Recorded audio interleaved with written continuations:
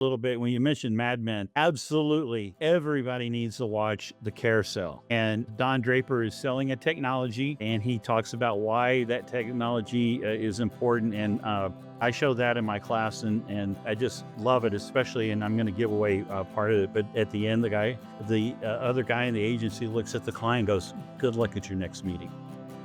Screaming Frog is a wonderful tool. It's free for the first 500 links or pages that it looks at. And what you can do is audit your site, or you can audit your competitor's site. And it has a lot of cool little clues that you can see on how well that site is built. Welcome to the show, Dan Sturdivant. Today, we're talking about SEO and marketing. But before we get there, can you introduce yourself and tell us a little bit about what you do? So, my name is Dan Sturdivant, and I am past president of the Dallas-Fort Worth Search Engine Marketing Association. I speak at conferences around the U.S., hopefully beyond that someday. But I've been involved in search engine optimization for over 20 years now. I teach at Southern Methodist University, SMU, in their CAPE program and their digital marketing certificate, which one of the courses is search engine optimization, which I've been teaching since 2017.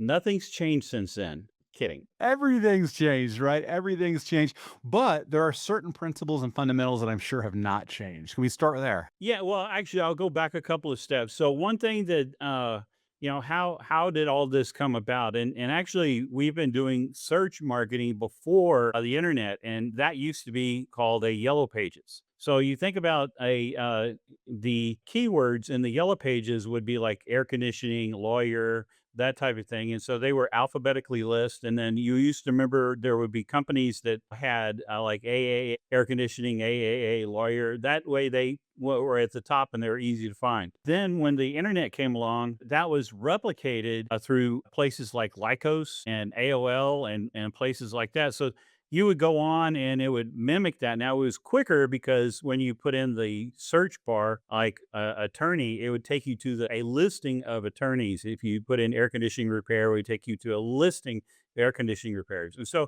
that was how the first 5, 6 years, so we're talking about mid 90s, then these two guys were going to Stanford, and they were really interested in how people were gathering information and finding things on the internet. And they came up with this really unique idea. In the academic world, you publish papers, and in those papers, you have people that you use citations so that kind of give you authority for what your premise is. And they thought, what if we built a way to search things that's like that? So that if a web page had other citations or links coming into it, that showed that that must be worthwhile. So these two guys, Sergey and Larry, put together a way that they could evaluate whether or not a website was worthwhile, and then they would rank those websites based on the number of citations or links that they had coming into it. So you can imagine if somebody wrote an article on a certain topic and then the New York Times or some other organization linked to that, that gave that page credibility.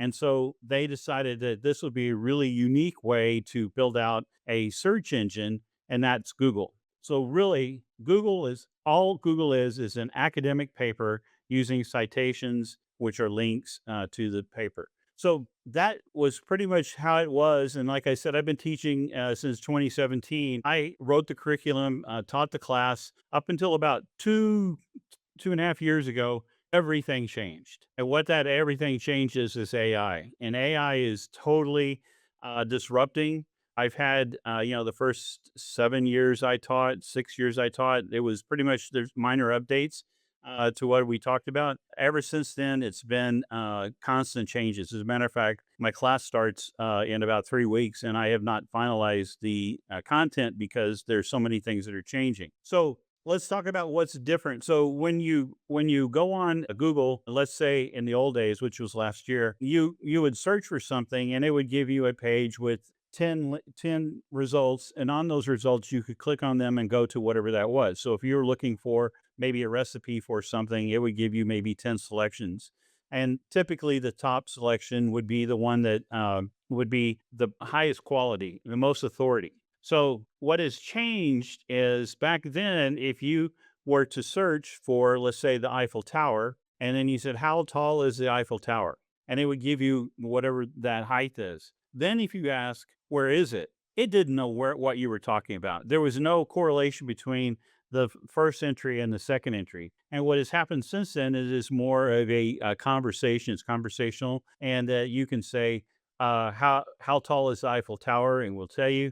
And then you say, when was it built? It will still know you're talking about the Eiffel Tower. Where is it located? It knows it's in Paris because you're having this conversation. So that has totally changed how the game is played. What's coming in even more is that there's layers and layers of information that they're having to pull in. And the way that people originally asked questions, 10 years ago would be, there was kind of a structure to it. Now it's very conversational. And one thing that a lot of people hate when I talk about this is if you have a Siri or Alexa or Google Play or something like that in your house, they've been listening to humans for the last 3 or 4 years, and they've understood more about our vernacular and how we talk and what we mean, and how some things don't mean the same when it all depends on how they're being used. And so they've been able to take that machine learning and implement that into, and that this is whether it's a Claude or ChatGPT or Google itself or the subset of Google, which would be Copilot and that type of thing.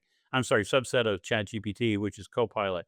So all of these have been implemented. And so search has become both more complicated, but also easier. And I can talk about a couple of things. For instance, if you have a website, a B2B website, let's say, and you're talking about a specific product that has certain attributes, and you're a professional in that area and you've written a lot of content on that, then you have some authority. And if people have linked to you, then you have a lot of authority with that also. So, from that perspective, doing what is called content marketing, which is publishing on a regular basis, talking about things that are surrounded by your whatever your topic is, whether that's a business topic or personal or whatever, then that still remains true. You have to also think about it from a different point of view. And one thing is that I tell my students is you have to think of your website like a garden. You're going to water it, you're going to prune it, you're going to take out the weeds, you're going to work on it on a regular basis. You don't just plant the seeds and leave them.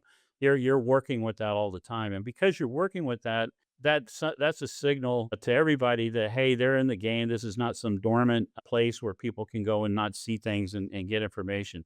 And so having that ongoing content is very, very important. And I know that you have wisdom around case studies in particular that were created in part with SEO, but also maybe with AI. Well, I'll go first. Let's talk about one thing. AI is wonderful. One thing it's where it will, I foresee for the next for a while maybe is 9 months or several years, but is location, and so physical location. So right now, Google dominates the Google Maps, Google search for places. They've done a very good job of mapping out the world. And when you search for something, like if you use "close to me," then you know that there's a coffee shop that actually named their physical location coffee shop near me, and they were kind of gaming the system so that they would come up wherever. But what I want to talk about is that how you create a presence online is still very difficult, and what AI may not be able to fix because Google has not been able to fix. I'll give an example. I'm in Dallas, Texas. There's a suburb, McKinney, Texas, and in McKinney there are two law firms, both with the name Underwood. One is Underwood Law Firm, and one is Underwood and Associates. Now they don't they on a spectrum, they the Venn diagram, they do cross over a little bit, but for the most part their services are pretty distant. And because they have that unique name Underwood, and because they're a law firm, my client has a difficult time help making discerning his services versus the other firms. What compounds his particular problem also is that he has an office in West Virginia. And Google and most they know that, okay, you may be a city-based company, regional-based company, but in this case it's compounding the issue because he has one office in McKinney, Texas, and one office in West Virginia. And that does not make sense to them. Why do you have these two offices in these two different places? Practice the same type of law, but in two different places. So what he's had to do is actually build out two different websites, and you have to be careful that you don't have what's called duplicate content.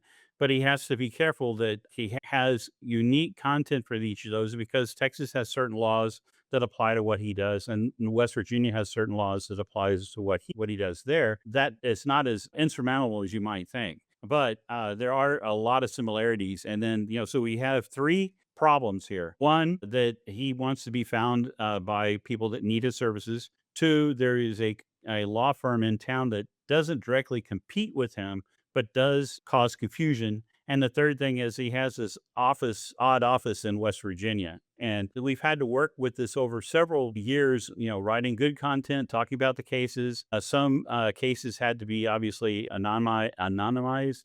And but having that content being produced on a regular basis has helped him. So that that part again gets back to the content marketing. It gets back to what traditional SEO is, because at the moment, artificial intelligence AI is not able to break through that aspect of it. You mentioned good content, and I happen to advise a group called Content Creators at UT San Antonio, and they want to know, as do all of our students, what makes good content. Well, I'm going to go back to your roots. It's also storytelling. So a good part of that is one, what is the let's think of it from an article basis. And let's stick with a law firm. So this law firm happens to do civil cases, car wrecks. Like for instance, he had a judgment that he won for a sad thing. Is this kid? He was driving his Jeep with his friends in the Jeep. They went around a corner and hit something, and then that caused them to crash, and one of the kids in the Jeep was killed. What he did was he went out and found that he hit a city marker, which the city marker should have only been, let's say, 40 inches tall, but for whatever reasons, whatever reason, it was 48 inches tall, and because of that, that caused that was something that helped present the case and why, and they ultimately won a judgment. But getting into that fine detail and getting into that and building a story around that is very important. Everything can be made into a story. You can take collections of things and put them together. You can write short pieces about different topics. Think of the point of view that you can write from, and depending on what you're writing, why you're writing is a company. And I'm going to stick with business for a second, is a company wanting to find out more about the product, and so they may not know anything about what you're selling? Or do they know everything about what your product does, and they know who your competitors are and why one competitor may be better, different than the other? So having that lens that you can go in and look at your products, everyone else's products, what all is competing. One thing to do is think about, what did they buy before they bought your product, and what are they going to buy after they buy your product? So kind of sitting there and looking all up, down, left, right, all over the place for ideas to write about. They need to fit within whatever it is you're doing. Don't go off in left field. Again, getting back to into the SEO side of things, most search engines for today, let's just say that's Google and Bing, they like consistency, and they like it. Okay, I am a business that does X. I'm going to talk about X for a while. All of a sudden I started talking about G and H, it gets them confused, and then it kind of dilutes what you're trying to put across. But having good content that is, and also thinking, I know I mentioned this, but I want to get it a little bit, maybe go into it a little differently. The vernacular that you're using, make sure that, if you, let's say you are an attorney and you want to be hired by a family, you need to talk the family's language. They may not understand all of the legal terms that are applied, that you need that. Or if you're trying to attract corporate, business, then you need to speak in that language. And they can all be on the same website. They can all be on the same, for the same company. All of that is true. Additionally, you can take that content and push that out onto social media, which is a different way. So, something we probably won't get into today, but there's discovery. In that discovery, whether that's on TikTok, Instagram, all of those platforms, then getting people to come to find out who you are, what you do, and why, and then visit your website and help you get business. Stay tuned for that because we will absolutely get into that because I know people want to know. We give the advice to niche down, to get really specific on what you're doing, especially in AI and personal branding courses that I teach. I see so much resistance to that. When we say get really specific on your podcast, I see so much resistance to that. No, no, but I want to do all music. Well, could you pick a genre? No, I want to do all music. Like, I'm a music person. I love all music. So, can you give the best argument to your mind for niching down, for getting more specific from this marketing perspective? Well, I'm going to give you the T-shirt design. The riches are in the niches, and so a couple of things. Depending on what your product is, they're getting down into that very, very small, very, very narrow discussion about your product and what you do and how you do it is one thing. But the way that, especially with AI now, is that they're able to layer on top of that. So let's say you're down at this really deep understanding of this really very narrow niche that only applies to very small things. But there are also ways that it applies to larger things and has a broader, a wider breadth. Let's say that type of content then kind of gets pulled down into the niche, and you want to have that so that you couple of things you want to one the person looking for what you're selling or talking about, they want to know that you have authority for that. They want to know that there's respect there, that they can understand that if you get, not to stay on the business side of things, but if you're going to hire this company to help you, either, they're a law firm or they're going to dig a ditch or something like that, that they have that expertise. And a lot of times the only way to validate that is through being very, very niche. So I agree with you 100%. Very niche. If you're too broad, you're not going to get found because there's other places that are being niched. There's other places that have more that have been around for much longer than you have, that have been talking about maybe broader things and have known from a broader perspective. The more you can make yourself unique, the more you can fit into that niche and understand that, and then help people understand what you do, you're going to benefit. And that helping people understand what you do quickly and efficiently, that's really the key. And that's what's so difficult to do oftentimes, especially as a one person solopreneur or a one person entrepreneur. Do you have advice for those folks in this realm of AI search engines and SEO and helping to get known? So yeah, being a solopreneur, entrepreneur today is so much easier because you have these tools, whether it's the writing ability of Claude or even ChatGPT or other tools like that. They can help you write these things. But from a search engine optimization perspective, I'll give a quick case study. I helped a company that they build bots for insurance companies, and it's super niche, very niche. There are maybe three players in it. They're the smallest of the three players. The other players happen to do other bots in other industries, so they're a little bit have a broader uh, outlook or application. But this company that I was help just did insurance, very narrow bots. And so we wrote content on that topic. And about 6 months ago, somebody on a sales call said, well, how do we know you're good? Well, we'll put into Chat GPT and ask what's the best, X, Y, and Z bot builder. And lo and behold, we came up. And I was dancing around. I'll be quite honest here. I was thinking, wow, that was so cool. How do we do that? Well, I went back and looked, and how we did that is that we've been writing about that particular niche, that particular way that we help companies, that for a long time. And a lot of this we used human writers, but augmented with AI. But if you were a solopreneur, you can build especially with ChatGPT now has made it where you can have projects, and in those projects you can place a lot of information and use that information as helping you write. Another tool is Google's Notebook LM, which is a wonderful tool also especially when you're pulling things together. There's a topic I had to familiarize myself with last week. So I went and found a bunch of information. That's a technical term, bunch of information. And I dropped that in the Notebook LM and said, write me a primer. And they actually made a audio primer for that. I listened to it and totally understood the depth that I needed to. Obviously, there's much more, but it gave me what I needed. And so with those tools, AI helps out a whole lot. Lean on it. Here's a caution though. You've heard the term AI hallucinating. And what happens is, and because it's so easy to get information. If you don't know that topic well enough, there may be something that it says is just off center or just not right, but you need to know enough of that to be able to catch that, because what you don't want to have is that authority erased by having something published that is not right. So knowing enough, and again, getting into the niche that you know that niche, and then helping leverage AI to help you write and create, but knowing the topic enough that if it says something that's not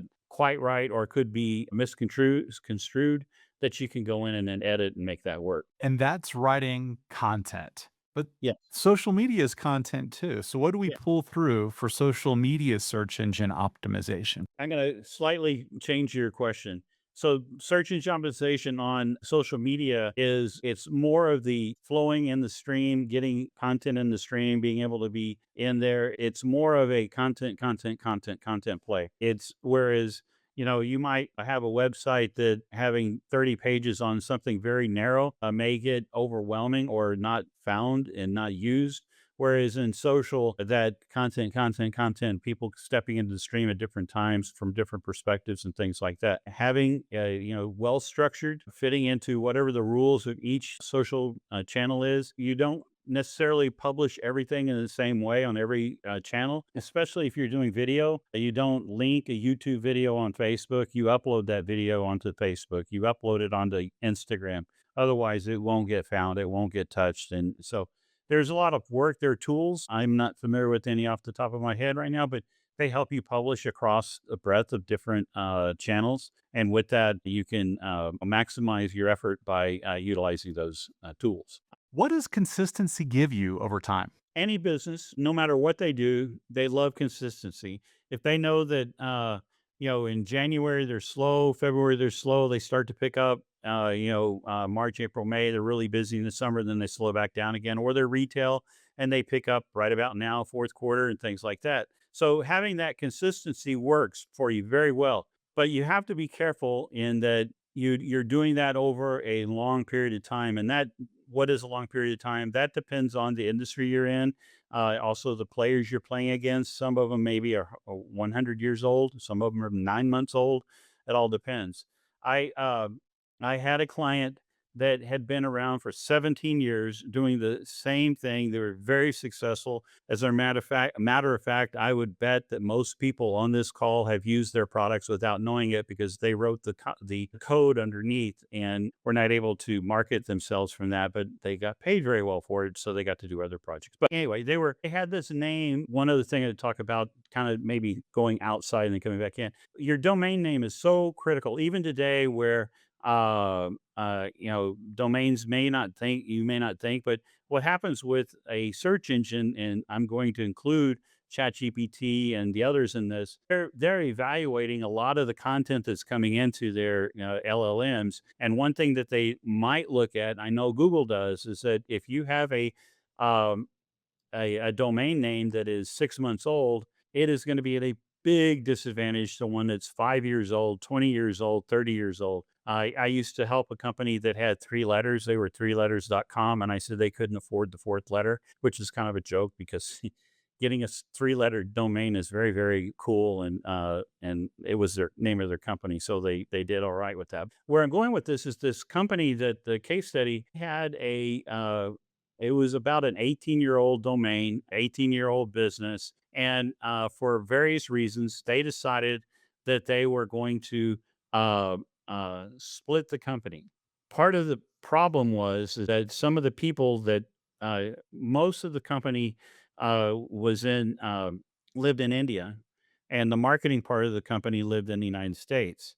But the people that would be doing the coding and things like that would still be in India, but the marketing would be here. And then there would be another company that was in India that had marketing in India and services in India. And they kept the 17-year-old name. My client created a new name, which means we had to start from zero. And part of that strategy was, let's create content. Let's make sure that we have a press release from the two companies talking about that. Google puts some weight, not as much as they used to, but in press releases, because it's somewhat of authoritative. It's not like it can be published anywhere, or things like that. So We did that, and we started getting traffic. Again, we were in marketing here in the United States and pushing well, and we did okay. Where we ran into some problems, this is where it's interesting, is that we market services in the U.S., but we want to hire in India, and so there's a big, again, think of Google, Bing, whatever. They think they're smart, but they're not totally smart because they don't get that. They go, well, why would you be hiring in India and then marketing in the United States? Where we see that is, same thing with my friend. He had an office in West Virginia and has one in Texas. Here, we were marketing the services here in the United States and hiring people in India to help run the business.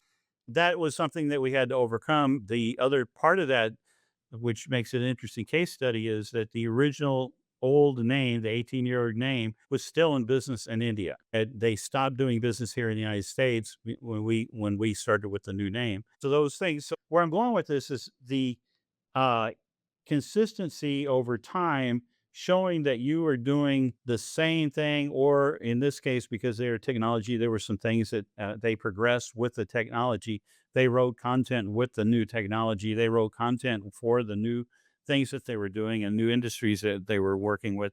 But there was a consistency from day one about what that company was, because they had a well-defined brand, a well-defined brand voice. They knew who they were and who they weren't. And so all these things came into play just to make things more fun. After they had been in business for about 3 years, a company came along and said, we want to buy you. They sold themselves to this three-letter company, and they got in that. And just recently in January, the CEO of the company that split off from in the United States decided he didn't like working for a three-letter, divested themselves. So now they're going through the same problem they did 5 years ago, where they have a new domain, new name, new content, everything like that. And so the challenge they're going to have is today with AI. Back 5 years ago, you had to worry about, from a search engine perspective, you had to worry about Bing and Google. You didn't have to worry about Claude or ChatGPT or all the other LLMs getting your content out, or living inside that. And so it's a broader problem. But uh, it gets back to that content. It's a consistency, being on brand and tech, on all those pieces pulled together, helps you. Helps you to help people understand what you are, and how they can think of you, or why they should think of you. So the best advice for that startup, the best advice for your friend who is starting from the bottom, for our students who are starting, they don't have consistency, they don't have legacy media, they don't have years and years built up over time. Your best advice is to plant the tree today. Plant the seed, yes, because that little acorn's going to grow into a giant oak, and you might get lucky along the way. Things happen that you can't anticipate, that you can leverage off of. I know somebody this summer that was noticing that there was a thing called Japanese walking, and they did some research. They created a quick book, and what Japanese walking is we walk fast for 5 minutes, walk slow for 5 minutes, or whatever period of time, short period of time interval. And so that did that. They published a book on Amazon. It was self-published, and 3 weeks after it was published, the New York Times did an article on Japanese walking. So if you're in tune with certain things and you publish something that has value, whether you're going to win with in this case, where the New York Times kind of didn't pick up that particular book, but picked up that idea. These are things that you can write on. And it being I'm a big believer of being at the right place at the right time. Sprinkle in some luck and a lot of hard work. You're gonna be able to move ahead. I remember a long time ago, I used to use a video in class by Frontline, and I think it was called the Trendspotters. And it was basically these high school students who were setting the trends for everybody. What advice do you have for trend spotting? Obviously, we can't go ask the young people what it is that's going to be popular because we don't have infinite budgets to do those kinds of surveys in a meaningful way. So, how do we get ahead? What is your advice for getting ahead of those trends? Well, TikTok is a good place to go, because their whole algorithm, and what you have to be careful of is you may want to log in as several different people because you're going to, after a while, you're going to get that stream that is modified or curated for you. Noticing little things, something that, if you think of yourself as a mountain biker and you're doing these things, and you had this kind of education, this kind of job, they're going to give you certain things around that. So you're going to see those. Now, log in as a different person with different likes and needs and wants. You're going to see something else. Now, if there's anything that is in this one and in this one, that might be a trend. There are tools that you can get. I apologize, I don't have any off the top of my head, but there are tools that will monitor how things start taking off. Google has a pretty good tool called Trends. It's trends.google.com. And you can put in there, if you hear of something, put it in and see if it's where it is. You can, how well it's trending. You can look at it in a 24-hour, 1 month, 6 months, 5 year span and see. It may be that you catch what you think may be a trend. You go in and look, and it's actually been ramping up for the last 5 years, but it's still on that positive trajectory. So it just may be that you didn't see it when everybody else did, but there's probably a lot of people that hadn't seen it yet, and you can take advantage of that.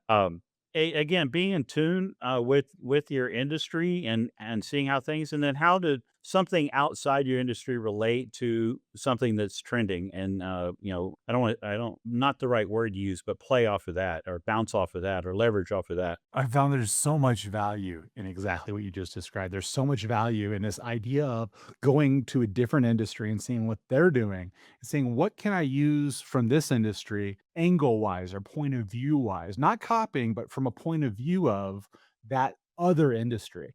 I know that tools like Ubersuggest and Answer the Public are Yes. very useful for SEO and teaching SEO, I'm sure. What are some other tools or resources that you often find yourself telling students to go to? Well, those two that you just mentioned, Answer the Public, just a little side note, they used to have a really interesting homepage where they had this older gentleman sitting there, and all you saw was his face, and he was doing this. And I used to work in a co-working space, and I would leave that up when I'd go to lunch. Anyway, so yeah, Answer the Public is a wonderful tool. Uber suggests, but tools like this one's going to sound well. SEMrush, of course. Screaming Frog is a wonderful tool. It's free for the first 500 links or pages that it looks at. And what you can do is audit your site, or you can audit your competitor's site. And it has a lot of cool little clues that you can see on how well that site is built. It's free for the first 500. If you're looking at a site that has more than 500 pages, then you're going to need to pay for it. But for the most part, under 500 pages, it'll do 500 pages and stop. You just don't know if it left off some good ones that you need to look at. But anyway, whether you're doing this or you're looking at it from competitive, it'll uncover a lot of things as it goes in and crawls and gives a report on how that works. So that's a simple tool to use. I know we talked about, or we mentioned SEMrush. Moz is another one, moz.com, and those types of tools. But what I want to say about tools as a whole, if you were to draw a Venn diagram of all the tools, they would have severe overlaps. Some may have some that they do very well and better than others. But the thing that I tell my students is, what are you most comfortable with? Because the interface may look clean and give you representation of the numbers that you want to see in a way you want to see it. Whereas others, they may be more technical and not as sophisticated from a UI perspective. But again, they're publishing, for the most part, the same data. How they slice and dice it is going to be different.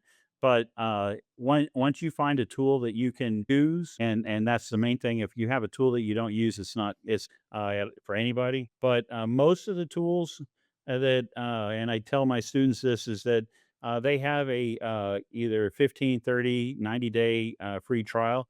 Take advantage of those, and the main thing you're doing is seeing whether or not you're comfortable with that tool. Now, you need certain things out of that tool, and if it doesn't give it to you without having to do a lot of training or a lot of investigating, there's one that maybe that does that, then that's probably the best tool for you. What criteria do your students struggle with most? You're grading these projects, you're helping to them to understand SEO, and there's this one thing or two things that keep coming up again and again, no matter how many times you say it. What is it they get wrong? I don't want to say wrong, but it is the consistency thing. I think that that gets overlooked, and that, as well as, on being having a myopic view about things. and saying, okay, I'm only seeing it this one way. Stepping up, above, down, below, underneath, walk away, create games. What if this tool was available in 1945? How would it have been used? If this tool is available in 2038, how is it going to be used? Now, go all over the place. But having, and I don't mean tool, but this business maybe thinking about having that content published on a consistent basis. That's something I didn't mention earlier, and it's something that comes up, is that all search engines, including LLMs, crawl websites. And what happens is they want to be fed. And if they're not fed, they may not come back later. So having a consistent, regular, ongoing time when you publish, not that you have to publish at 12:02 every Tuesday. Good alliteration, Dan. But not that you have to do that, but a consistent way that when the crawlers are going out, they know, okay, we know we can go by this website and get an update. News websites, that's why they are so powerful from a search engine perspective and from other, is because they're publishing on a regular basis, and the crawlers know when they grab that and they put that in, and that's how they keep that.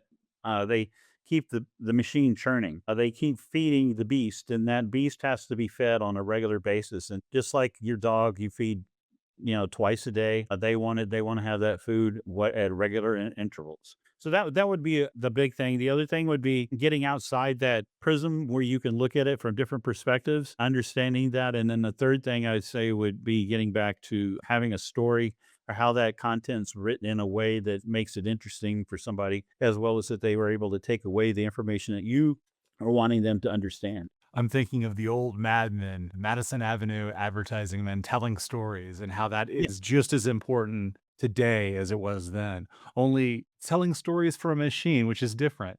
I know that social media has the same rules you're talking about with consistency and storytelling. I wonder, what are the differences between this SEO game and this social media game? Not a lot in a lot of ways, in that you have keywords that they're going to associate with, and because language is very fluid, those keywords come and go, as well as how they're put together next to each other. I would say and this is the negative side, and I don't necessarily want to get into the whole situation, that you have controversy and rage. And so if you can say something, and I would not recommend this at all to a company, but don't say something flamboyant or rageful, disrespectful, just to get more eyeballs. It'll work, but it also is pushing your brand into a place that you may not want it to be, or you're pushing your brand into a place that you can't get back from. So these are things that are important. I want to step back a little bit. When you mentioned Mad Men, absolutely everybody needs to watch The Carousel. And Don Draper is selling a technology, and he talks about why that technology is important. And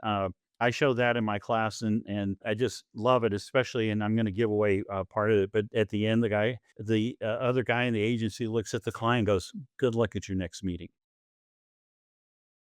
A moment we celebrate. My first major was advertising, so scene absolutely spoke to me personally too. Is there a case study that helps bring these concepts to life? Every company out there is doing pretty much the same thing: publishing consistently, making sure that it's on brand, that it is getting into. If you have a service or product that is very niche, getting into that niche, going very deep in it, thinking about it from a B2B perspective, you have several people making a decision to buy a product that costs above a certain level, and you have procurement is involved. Maybe there's the legal side of it, and any repercussions from using the tool or needing to use the tool, how people are trained to use the tool. So all of these things come into play, and they can be part of that niche content that you create and help understand, as well as then be discovered for that, and then be compared for that when it comes time for somebody to make a decision on whether they're going to buy your product or not, or service. Here's a tool that everybody can use, and here I'm going to give everybody homework. It's called the Wayback Machine, and the Wayback Machine is a place where you can put in. You go to Wayback Machine, you put in a URL, and it will show you what that site looked like, was doing, what they were selling, how they were selling, and that type of thing. So there's several ways that you can use this tool. And what I give my students is, go look at Amazon 10 years ago, 5 years ago, and 3 months ago. And you'll be amazed at how you see there's some subtle changes all across the way about how they're presenting their products or their website. The other thing is, let's say you've got a job interview. Go look at that website last year. If the depending on how old the company is, go back to day one and then go back last year, 3 years ago. See how they've changed. Look at what they're selling, if it's changed, or how they what how consistent they are. Maybe what they were saying back then is not the same as what they're saying now, but that kind of gives you an insight into the company that you can't get necessarily from talking to people, but using that as a job hunting tool or something to give you leverage when you go into the job interview is seeing that. But don't take it literally, just kind of give you a sense of things that may have changed over the last several years. You can also see if you go to their leadership page, who's there, who's not, who's moved from regional manager to national manager, that kind of thing. All those things come into play. You also have done work with helping prepare people to pursue their careers. And it sounds like your SEO brain is also used for career advice. Can you help connect those two dots so that those who are interested in SEO can use those same skills to get the job that they want? Yeah. So a couple of things. One thing I do in my class is I ask everyone if they have a passion. And if they have a passion, build a website around that passion. And you can do a couple of things. So especially from an entry level perspective, building a website is fairly easy and fairly cheap. When I say cheap, I'm talking less than $100 a year, plus whatever time you take to build it. But one gets you from zero to one in that you're thinking, okay, what am I going to put on the site? What kind of content am I going to use? How I'm going to link it to other sites and how other sites might link to me and things like that. It even just a passion project will do that. And that's something that you can take in as a somewhat of a portfolio piece to take in to show somebody. The other thing is, and the 501c3 is somewhat dormant right now, but we used to have the Digital Career Center. And what that was, we would help heads of households, and I always pick on Burger King. So you have a head of household working at a Burger King. They make a limited amount of money. They're probably working on weekends and nights and not able to be at home with their families. So we help those types of people get jobs as interns at digital agencies. And what happens is they're probably paid at the same amount, if not more, as an intern. The other thing is that they can really take their career there. It may not be as true as it was a couple of years ago, but still today, there's probably more digital marketing jobs than there are people. And people that can understand what they're doing, even from a entry level perspective, and doing that passion project that I mentioned earlier, will come out ahead. Our big win was we had a guy that literally lived on the street, would come into our classes. We placed him in a job in Dallas. He did very well. He got back up on his feet. Now he's running a department at an agency in Denver, Colorado. And it's so cool that there's other stories. Not that's probably the biggest best because he came from below zero to having a nice place to live as well as a good job and more importantly a good career. The other part of this is having some experience in a marketing department. If you're wanting to get a job and they don't, a lot of even today, a lot of places don't understand digital marketing as well as they could. A lot of stuff, and I shouldn't say this because SMU will go back, but you can learn a lot online.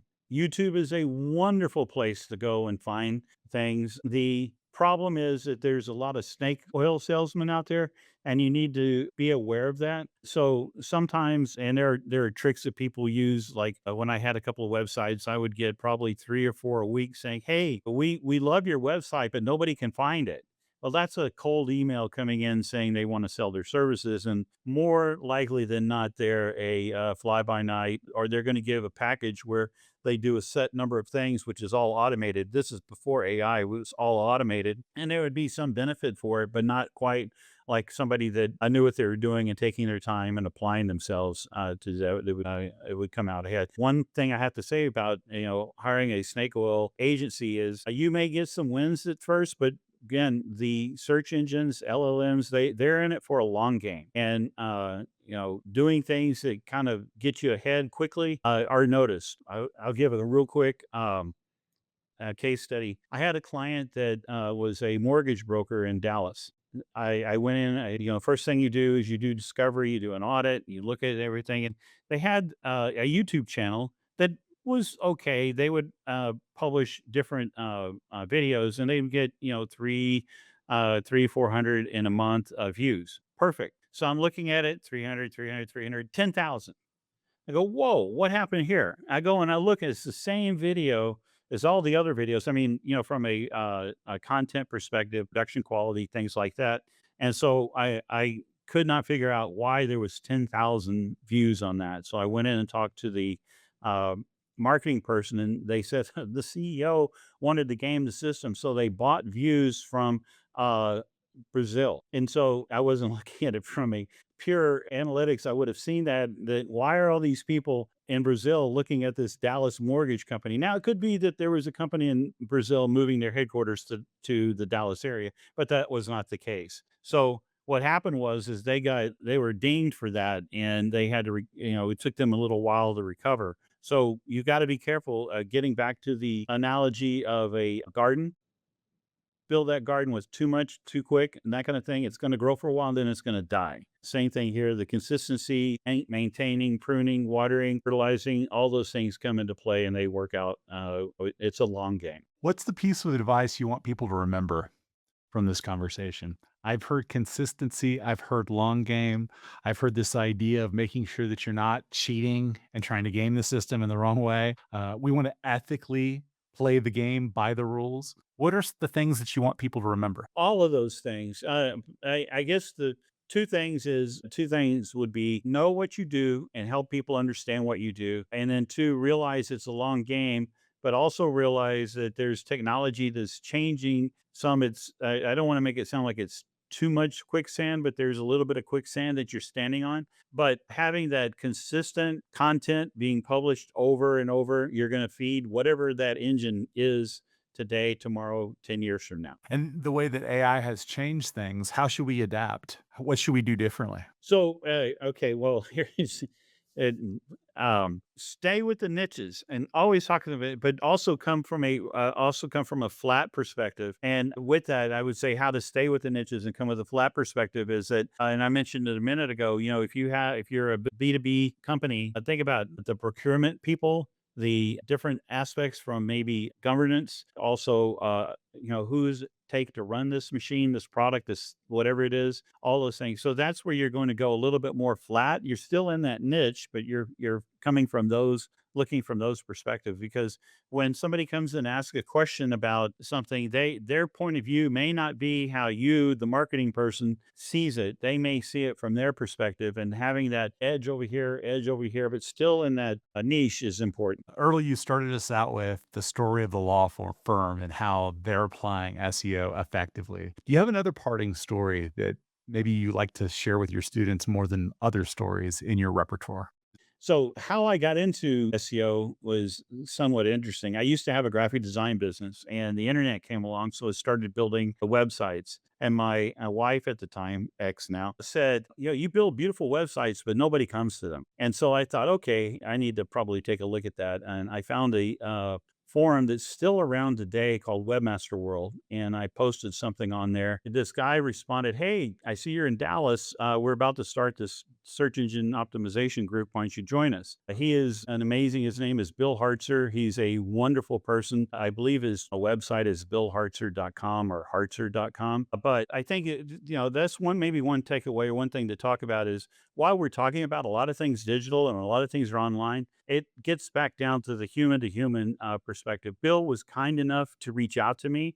I didn't go to the first meeting. I went to the second meeting and met a lot of people that we've worked together. My business partner for the Digital Career Center, I met through there. So even though it's online, everything is still comes back to the human to human perspective.